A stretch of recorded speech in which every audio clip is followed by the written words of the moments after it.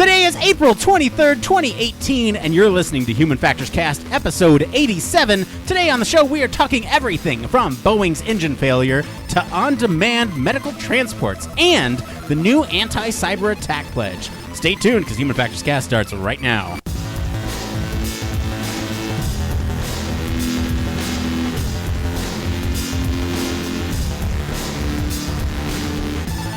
Welcome to Human Factors Cast, your weekly podcast for all things human factors, psychology, and design.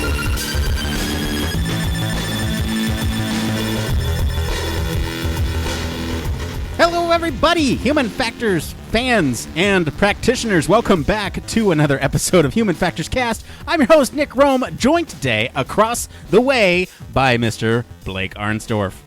Oh, it's good to be across the way, Nick. How are you doing this week? Hey, I'm good, Blake. Aside from the couple false starts that we just had, we're professionals behind the scenes here. We try to put on a good quality podcast, and messing up the intro is definitely something that we try to not do on the show. And good thing it happens right away, because then we can just stop and start right over. I think it was 4 this time. What was it, 4?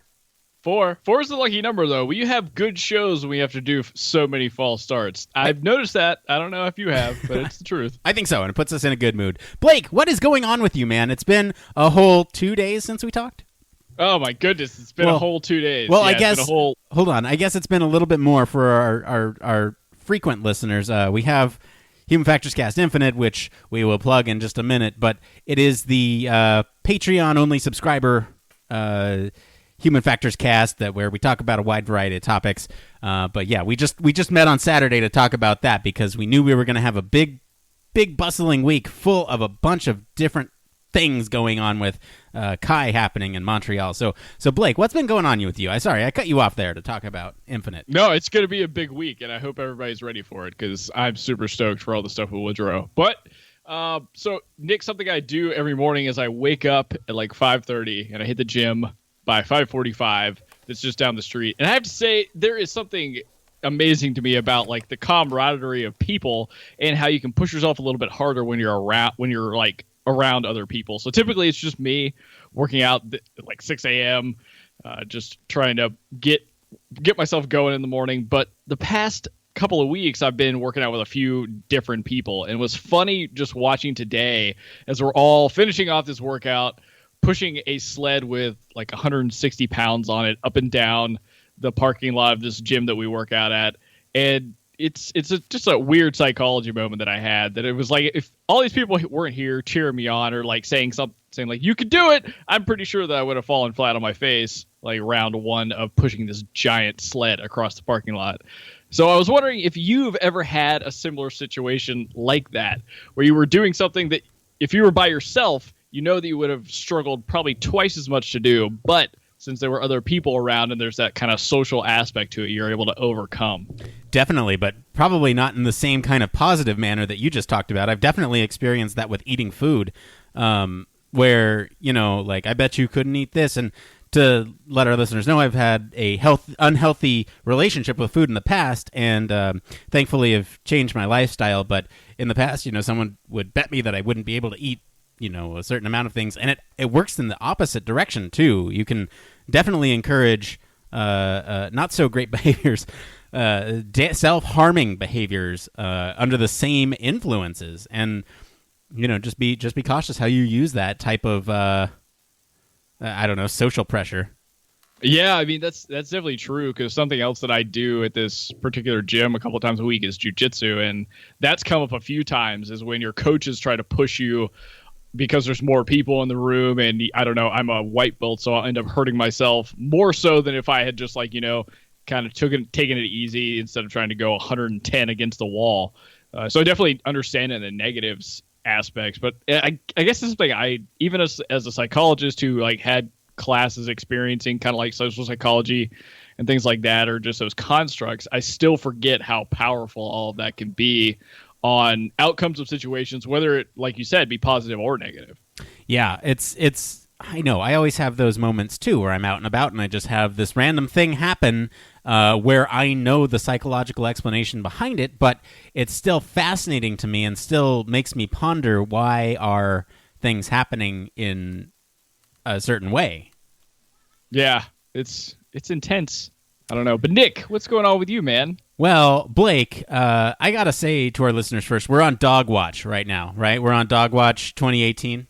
Yeah, Dog Watch 2018. We have some yappy pups coming in a moment. Okay, so just to let our listeners know, there may be some background noises happening due to some circumstances of where Blake is recording. I just want to let everybody in on the secret before it happens. That way they're not surprised. But Blake, I have been working on this pet project of mine. I mentioned this on our Human Factors Cast Infinite earlier this week, but this is a pet project of mine that I've kind of wanted to do for a while. Thanks to our Patreon subscribers, we are actually now getting the opportunity to kind of play around with some of these different formats, right, for the show. And we launched those exclusively to our Patreon-only subscribers. And so what I've been working on is sort of this podcast directory, if you will, right? There are a lot of podcasts that kind of talk about human factors in bits and chunks, right? They'll tell a story about something that happened like 3 Mile Island or something. And that one's kind of a more specialized case where it's all about human factors. But like, let's say there's something that happened about, I don't know, this Boeing story that we'll talk about this week. There's a lot of different facets that go into that story, right? There's the engineering piece of why the engine failed. And again, we'll get into this later. But then there's the more human element about what did the pilot have to do? What did air traffic control have to do?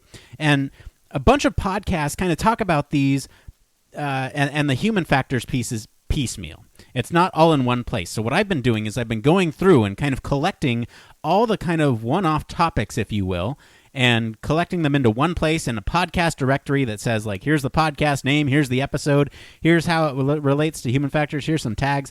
What I'm going to do is for our Patreon-only subscribers is I'm going to go through and potentially, Blake, you and I will create some of these very focused, very tailored human factors episodes that will kind of talk about these events, or, like we did in the early days of Human Factors Cast, an episode all on controls and give examples from other podcasts and just have that kind of synthesis where you get very focused, very interesting information that only pertains to the human and really is human factors focused, rather than this sort of tugging at your ethos and pathos with all these emotional stories and all that stuff. No, it's just the facts. It's what happened from the human factors perspective and a couple different takes on it. So I'm really excited about this passion project. I literally told Blake a couple days ago that I was kept awake at night because I couldn't stop thinking about this project and how much I wanted to work on it.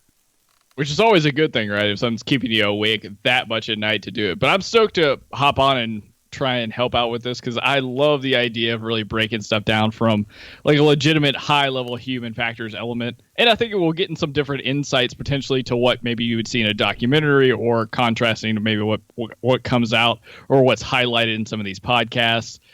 Something Nick and I have talked about before is the diversity of when you blame something on the human, how much of that is really human error and what are the small things that are leading up to it. So it'll be an awesome little series of things we can do. And if bigger things come up in the news, who knows? Maybe we can just deep dive into some of these bigger incidents, kind of like what we're going to talk about here in a moment with the Boeing engine. Yeah, so my last sort of cry for help, I guess, on this, it is a passion project, right? So obviously, I'm only one person, and I can only listen to so many podcasts. But we have a great community of Slack, of folks in our Slack. And what I'm going to ask you, if you're listening to the show, hop in that Slack. Help us identify some of these episodes that are very tailored. I'm going to make the list available to everyone. As long as you're in our Slack, you'll get access to this list. It's the very specific tailored episodes that we're going to launch to our Patreon subscribers only, because that's a little bit more work on our part. But this can still serve as a great resource. You'll be able to search by tags. You'll be able to search by content. All the links are there for you, all the podcasts. So if you're listening to podcasts, which if you're listening to this, presumably we're hitting the right demographic. So, we're hoping that to create some sort of shared resource for everybody, but then also take that a step further and help the people who support us back. So that's my pet project. That's what I've been working on over the weekend. I spent a little time on it. So I just I thought it was fun. It's an awesome project. I'm super stoked to get into one and really dive deep, because that'll be fun to really release for everybody. Yeah, for sure. All right, so let's get into some of these events. We got Kai this week. Our field correspondent Woodrow is off in the field in Montreal, Canada, getting interviews and creating exciting reports from out there in the field. So we have that to look forward later this week. Just to let you all know, this could be a shorter episode. We only got a couple news stories today because we knew we were going to kind of double down on the Kai coverage, if you will. We also got a couple other events here. We got UXPA in Boston Thursday, May 10th. We got AHFE International. That's in Orlando, Florida, 21 through 25 of July. We got HFES in Philly, October 1 through 5, and HFES Australia coming to Perth in Australia. That's November 26 through 28. We'd like to give a community events shout out, so that way if you are near any of these places or have the resources to go to there, we have people that are going to these things, and you may be able to meet up with them and potentially, have a great conversation about human factors. Most definitely, yeah. And if you happen to be going, hop in Slack and shout out that you are going to one of these, because that way you can have people to meet up with, or we'd love to hear your experience about it. So let us know. Yeah, absolutely. All right, so Blake, why don't we go ahead and get into Human Factors News. Now, this is the part of the show where we talk about everything related to the field of human factors. This could be anything. You name it. As long as it relates to the field of human factors, it's fair game. Blake, what do we got up first this week? It could be anything. All right, so Ford is actually launching an on-demand traffic transport service for non-emergency medical needs. So the idea is to better help patients get to their doctor's appointments on time and without so much of a hassle. The transport service is called Go Ride. It's the fleet of about 15 transit vans to accommodate people with various needs. The Go Ride fleet can accommodate people with wheelchairs thanks to flexible seats that flip up and actually lift the wheelchair. So, as a quote from Ford themselves, there's no excuse for the fact that so many people have trouble simply just making it to their medical appointments. And using human-centered design, they've created a high-touch, patient-focused service that truly understands and is tailored to patients and their needs. Ford's service is focused on multiple social determinants of health and delivers the quality of care and on-time certainty that medical facilities need in order to increase throughput and reduce wait times. Now, Nick, this is a really interesting article, not just because Ford has thrown together a service to kind of help out with a lot of these, people with specific needs in order to get to their medical appointments, but also it's a precursor for what's going to, I guess, take over in the rideshare world in general. Is that it looked like, based on the article, that Lyft and Uber and other services like that are trying to get into this game too, and Ford looks like to be the first one out of the chute to do it. Yeah, what's interesting to me is that there are these class action lawsuits being filed against these other ride-sharing apps that don't provide this ability to be accessible to those who are, have mobility disabilities. Like it makes perfect sense when you look at it, right? And I guess it's like that. If you're born without having, if you're born advantaged, then you don't realize what you're not getting, right? Or what you're getting. You don't realize what you're getting. You get what I mean, right? If you're born advantaged, then you're missing out on what these people. You're taking for granted what these people are missing out on. And this is a wonderful idea. I think it's always important to remind ourselves that when we are designing not only for. Well, I guess it depends on your target user, right? But you're not just designing for the target population, you are also designing for accessibility, so that way everyone can use your product. Like I said, depending on your product, you could be designing for a very specialized group of users, but for a lot of products out there, you want to have a wide reach, and what better way to do that than designing for everyone? Yeah, no kidding. I mean, in the case of Lyft and Uber, I can see why they're getting the lawsuits, but I also, from their perspective, I mean, this is people in their own vehicles, right, taking up and being a part of this specific service. And I think without the service being put out there specifically for something like this, like what Ford has done, then it does leave itself open for interpretation about what are really the constraints we have to fall under and all that kind of good stuff. But I'm really stoked that Ford is kind of pushing the envelope on this, and as decided that they're going to release a test set of, I guess, of vehicles to try and accommodate these needs. Because obviously it's widespread enough that it's gotten attention of not only some of the bigger companies that are experiencing lawsuits behind it, but if Ford's dropping a test run for it, that's a pretty good indication that there's an underserved market here. Yeah, and back to the comment of being tailored for, or being designing for everyone. This one is actually a tailored design product for people with mobility issues, and they are actually, have these specialized vehicles that allow people to, perhaps with wheelchairs, to get in. And this is great. Yeah, no, it's an awesome project, and I want to see it proliferate all over the country. Because I think that this initial test is going to be done in like Michigan or something like that. Michigan. Yeah, Michigan. So it's a great, I don't know, it's a great time to be alive, Nick. I think we see such cool innovations like this to just basically help people, and that I know from our perspective that designing for accessibility is a big deal, but I just like seeing it in the news stories that we pull.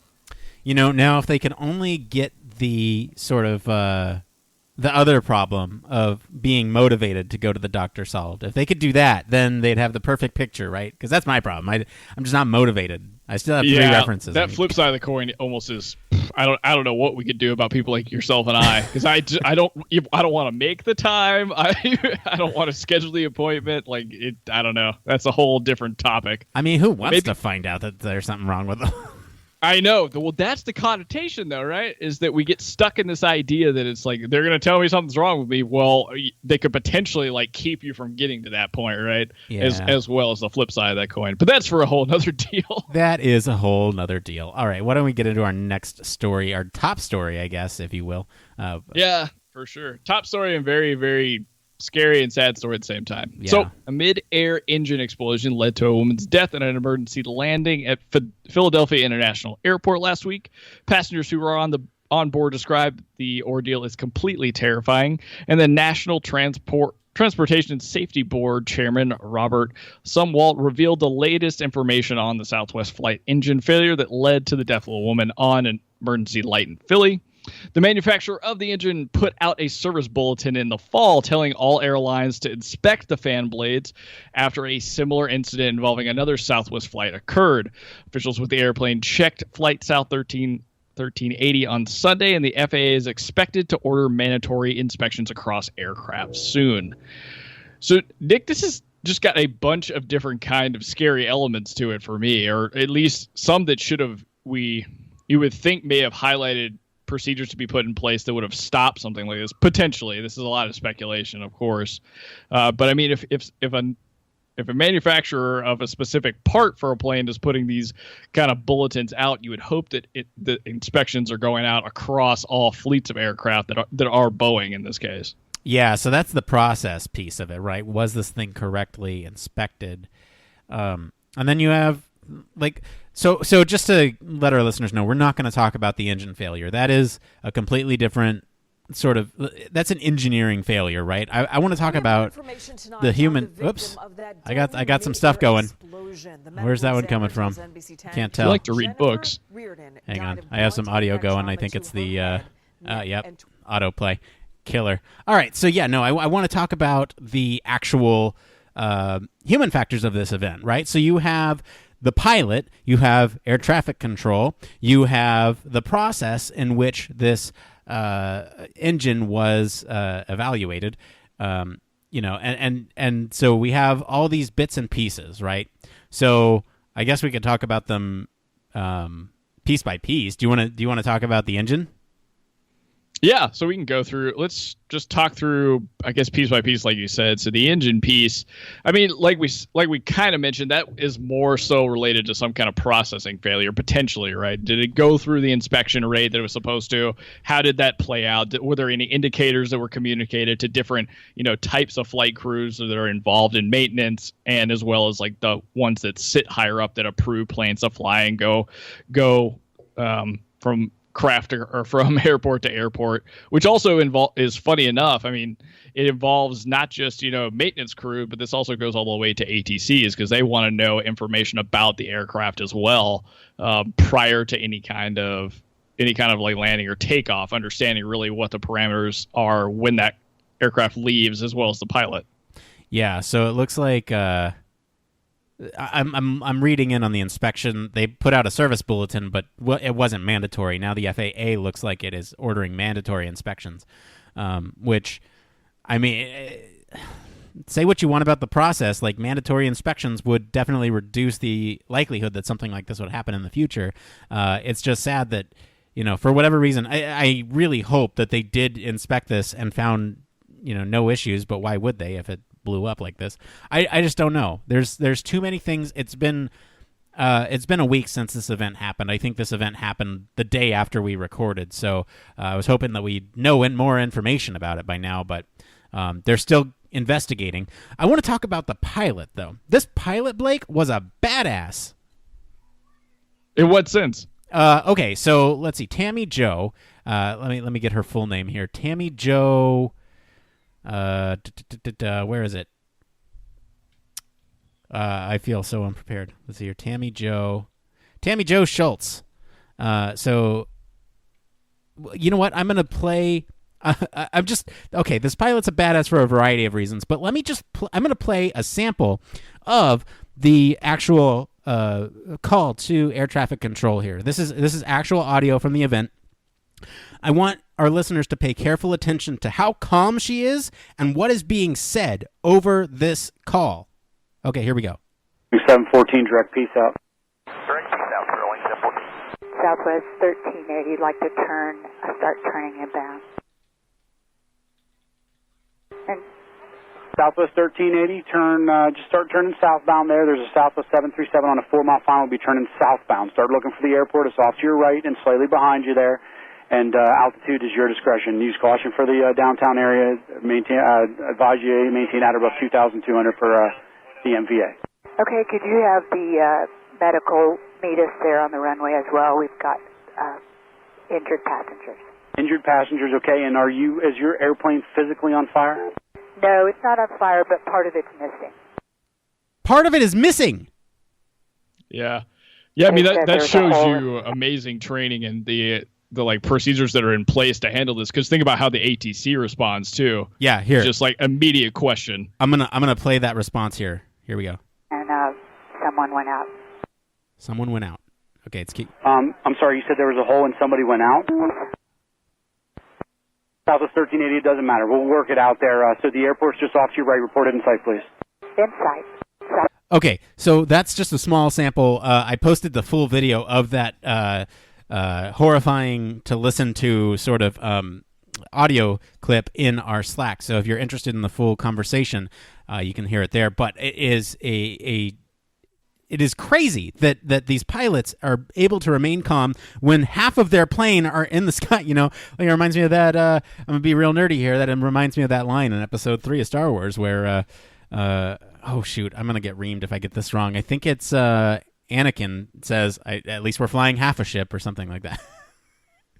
But, yeah, and it's kind of interesting too, Nick. I mean, if you think about it, she's already like asking for approach, like approach procedures and stuff like that, and that's not even the first thing that comes up. It's asking for specifics that you would normally ask for, like turns or anything like that. And there's no indication until a couple of like calls in that they need medical assistance, which like on the flip side of that means that, okay, obviously these pilots are well trained, and so are the crew of the aircraft that have this thing under control. But at the same time, it's odd in this day and age, especially with so much technology that we have now like imbued in aircraft, that the ATCs wouldn't even know right away that anything had happened on this aircraft at all. Like there's no telling that there was any kind of engine failure. There was no telling that there was any kind of medical problem or related with this aircraft just trying to land. I mean, you could listen to the ATCs just trying to give them the normal procedures like, hey, just stay above skyline, that kind of stuff. Yeah, so I just want to give a couple more details about this pilot. So Tammy Jo Schultz was the first woman fighter, one of the first woman fighter pilots in the U.S. Navy history, and she was the first to pilot the FA-18 jet. And let's see here, she also flew in an aggressor squadron. So she's Navy trained, which is very apparent in the way she approaches this conversation with air traffic control. And it's great that she was able to remain calm in a situation where I think most of us, if we sort of understood the gravity of the situation, that we are in charge or are responsible for a lot of lives, as long as we land this plane, they will survive. Unfortunately, one life was lost. But, I mean, she saved everyone else on that plane, and the life that was lost was due to oxygen deprivation, I believe, due to being sucked out the window halfway. Yeah, that's so intense, but it is incredible that that humans at all are able to withstand that kind of, mental duress, right? I mean, you can tell, you can say that a lot of it may have to do with Navy training, but I would guarantee you that a lot of just pilots in general are going to handle situations that way, and it comes down to obviously good interpersonal skills, good selection skills for being a pilot, and as well as the training the FAA requires. Yeah, now I want to approach it from the ATC, the air traffic control side of things. Now, I don't think they're trained to be as steeled as some of these pilots are, because you can tell by the guy's reaction. He's like, "Wait, did you just say it's damaged and somebody flew out?" And then I think his supervisor must have jumped in and said, "It doesn't matter. We'll get somebody on the field. Just worry about flying in." So, like, I don't know if this guy was green behind the gills or something, if he was new to the job. But it's apparent that his shock came through. Yeah, I mean, we'll think about why, too. I mean, you don't want to put that kind of atmosphere in your cockpit. Yeah, like if you're the one kind of having the adverse reactions, you don't want to do that. And on the ATC floor, I don't know how much like interactions you've ever had, or if you've been to an ATC's like TRACON center or any of that stuff, but it's pretty intense. I mean, these people are trying to divert so much traffic and make sure that things are going up and down the right place to avoid crashes, and they work really long shifts. But you're likely right. I mean, there probably was a supervisor that was right on it and said, okay, well, let's just run through the rest of the procedures we need to go through. And it might have had something to do, like you were mentioning, just the sheer calm that was coming across from the ex-fighter pilot. But it seems like from everything I saw, Vice, like whatever happened to the air with the engine, like it was handled very well on the ground. Once everything kind of leveled out, which is again a testament to like good procedures being put in place in terms of air traffic control and all that kind of good stuff. Yeah. Okay. Well, why don't we go ahead and thank all of our friends over at TechCrunch and NBC Philadelphia for all of our news stories this week. If you guys want to follow along, you can follow us all over social media or join us in our Slack for links to the original articles. All right, Blake, what do we got up last this week? Okay, this is pretty intense. So Microsoft, Facebook, and Cloudflare, among others of the technology firms that are big in this country, have signed a joint pledge committing publicly not to assist offensive government cyber attacks. The pledge also commits them to work together to enhance security awareness and the resilience of the global tech ecosystem. So the four top line principles the firms are agreeing on are: we will protect all of our users and customers everywhere. We will oppose cyber attacks on innocent citizens and enterprises from anywhere. We will help empower users, customers, and developers to strengthen cybersecurity protection. And lastly, we will partner with each other and with like-minded groups to enhance cybersecurity. So notably, who's missing from the list includes Amazon, Apple, and Google, and nor indeed the most mobile carriers that we have are also not part of this yet. But so, Nick, this is a strange concept to me, because it seems like that they're signing something that they will help each other, and each other being tech as a like kind of bigger ecosystem, help out figuring out things with cybersecurity and how to put in measures that'll help people, whether it's their users, customers, or developers. But I'm a little confused about the wording in the original article saying that they're not going to assist offensive government cyber attacks. Yeah, I'm not sure. So, I kind of glanced over the article before we started the show today, and I don't remember the government clause. What was the government clause there? Yeah, it literally says so that the firm signed a joint pledge committing publicly not to assist offensive government cyber attacks. Oh, okay. So what I'm getting from it is that they're banding together to help each other with defining cybersecurity protection better and how they can, use principles across different companies and how it can help users and customers. But when it comes to getting involved in more high-level government cyber attacks, they're not going to, I guess, hop in or put any aid to them. Oh, I think it's the other way. I think they have signed. Read the sentence again. It says they have signed a joint pledge committing publicly not to assist offensive government cyber attacks. So I think this is directly in response to the Russia investigation, where there was a attack on the U.S. democracy from Russia, where they've influenced our elections through several cyber attacks, whether or not it's through social media or any of the Cambridge Analytica stuff that's come out.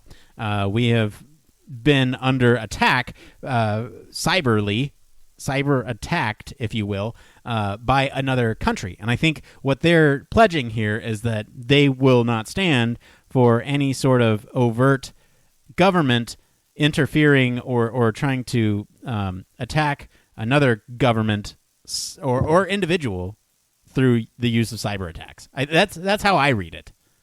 Oh, okay. Well, I'm glad you're the host and I'm the co-host, because I definitely read this completely differently. But I still have a similar comment to what we talked about in the guidelines for AI, in that these are all good blanket statements, but I'm wondering what execution is ever going to look like for a lot of these, because they go over kind of one big central theme is we're going to protect our users and customers from cyber attacks. And I'd like to know more specifics on what that really means. Now, when you have such big companies like Microsoft, and I think it mentions, of course, Facebook and Cloudflare working together, I mean, that gives you a lot of hope of what they'll come and band together and determine that they can do from a global perspective or from a tech perspective. But again, this sounds like some great high level thinking, but I wonder what it looks like in implementation. Yeah, I'll be curious to see what they actually do, whether or not it's share code that prevents cyber attacks with each other. I mean, we have 34 different companies have signed up to this cybersecurity tech accord, and that's hopeful to me. I mean, I didn't have a chance to dig deep into this, but it does go into a little bit more detail about these 4 pillars, right? And I'm especially interested in pillar number 4, which was we will partner with each other and with like-minded groups to enhance cybersecurity. So they are saying that they will establish formal and informal partnerships, with industry, civil society, and security researchers across proprietary and open source technologies to improve technical collaboration, coordinated vulnerability disclosure, and threat sharing. So it sounds like, at least in some regard, there will be sharing of information, which is good, right? Because that's what you want. And now, whether or not that includes code sharing to protect from cyber attacks, I'm not sure.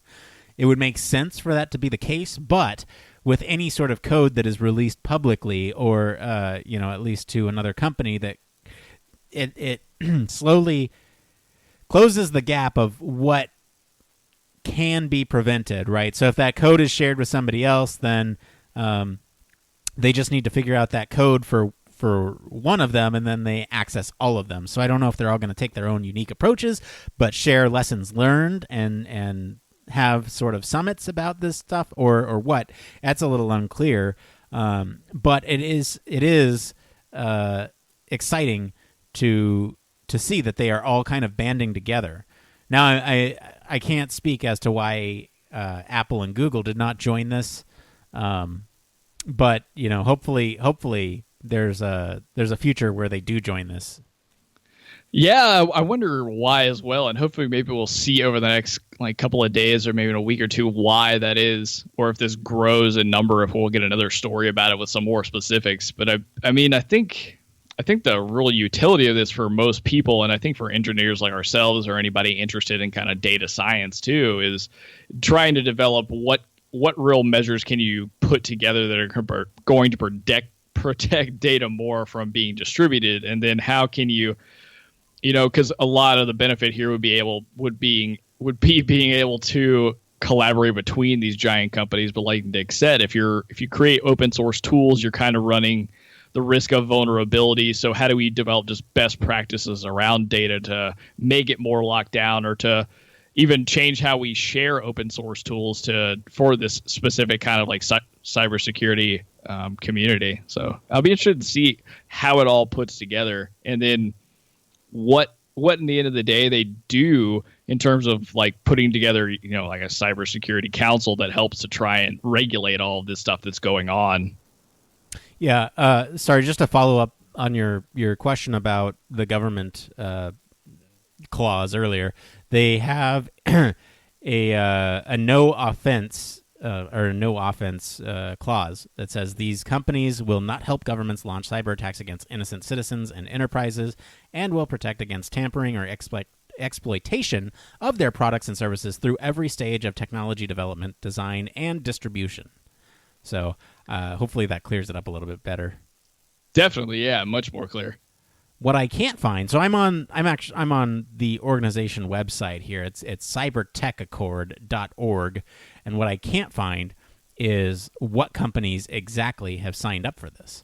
And that is, oh wait, here we go. I found them. ABB, ARM, Avast, Bitdefender, BT, California Technologies, Carbon Black, Cisco, Cloudflare, DataStax, Dell, DocuSign, Facebook. Oh, I'm glad DocuSign's on there. Fastly, FireEye, F-Secure, GitHub, GuardTime, HP Inc., HPE, Intuit, Juniper Networks, LinkedIn, Microsoft, Nielsen, Nokia, Oracle, RSA, SAP, Stripe, Symantec, Telefonica, Tenable, Trend Micro, and VMware. So a pretty big list of heavy hitters there.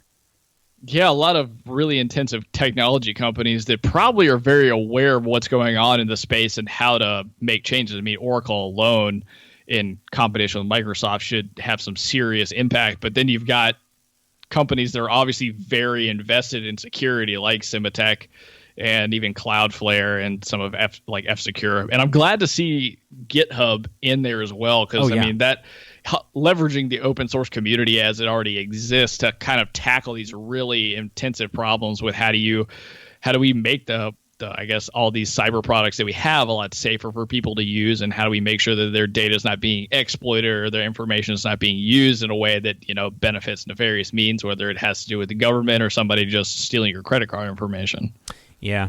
All right. Well, I think that's it for the news this week. Blake, I think we're going to go ahead and skip It Came From Reddit this week, only because we got so much coverage coming out of Kai. So that's going to be it for today, everyone. If you guys have suggestions for news stories that you think we may have missed, it's totally possible. It's okay. You can send them our way. Follow us all over social media. We're on Human Factors Cast, LinkedIn, Facebook, or Twitter at HFactors Podcast. Be sure to check out our SoundCloud and leave us a comment over there, what you think about the episode, or send us an email at humanfactorscast@gmail.com. If you want to do things the old-fashioned way, you can leave us a voicemail at 901-646-1432. That's 901-646-1HFC, just like Human Factors Cast. You can also support us on our Patreon at patreon.com/humanfactorscast. We just did a big revamp, and like I said, we're having some exclusive content coming their way. So if you can, if it's within your power, go check it out and try to support us, because we're trying to do our best here. If you can't do that, that's okay. I understand. Just be sure to like, subscribe, review us on Apple Podcasts, the Google Play Store, or whatever for your favorite podcast directory is. That always helps us out, too. And, of course, you can always reach us at our home on the web, humanfactorscast.com. Mr. Blake Arnsdorff, thank you for hanging out with me today. We can find you tomorrow, but in the meantime, where can our listeners go and find you if they want to talk about Boeing engine failures? Oh, you guys can find me across social media at Don't Panic UX. All right. As for me, I've been your host, Nick Roome. You can find me on LinkedIn or Twitter at Nick_Roome. Thanks again, guys, for tuning into Human Factors Cast. Until tomorrow, it depends. It depends.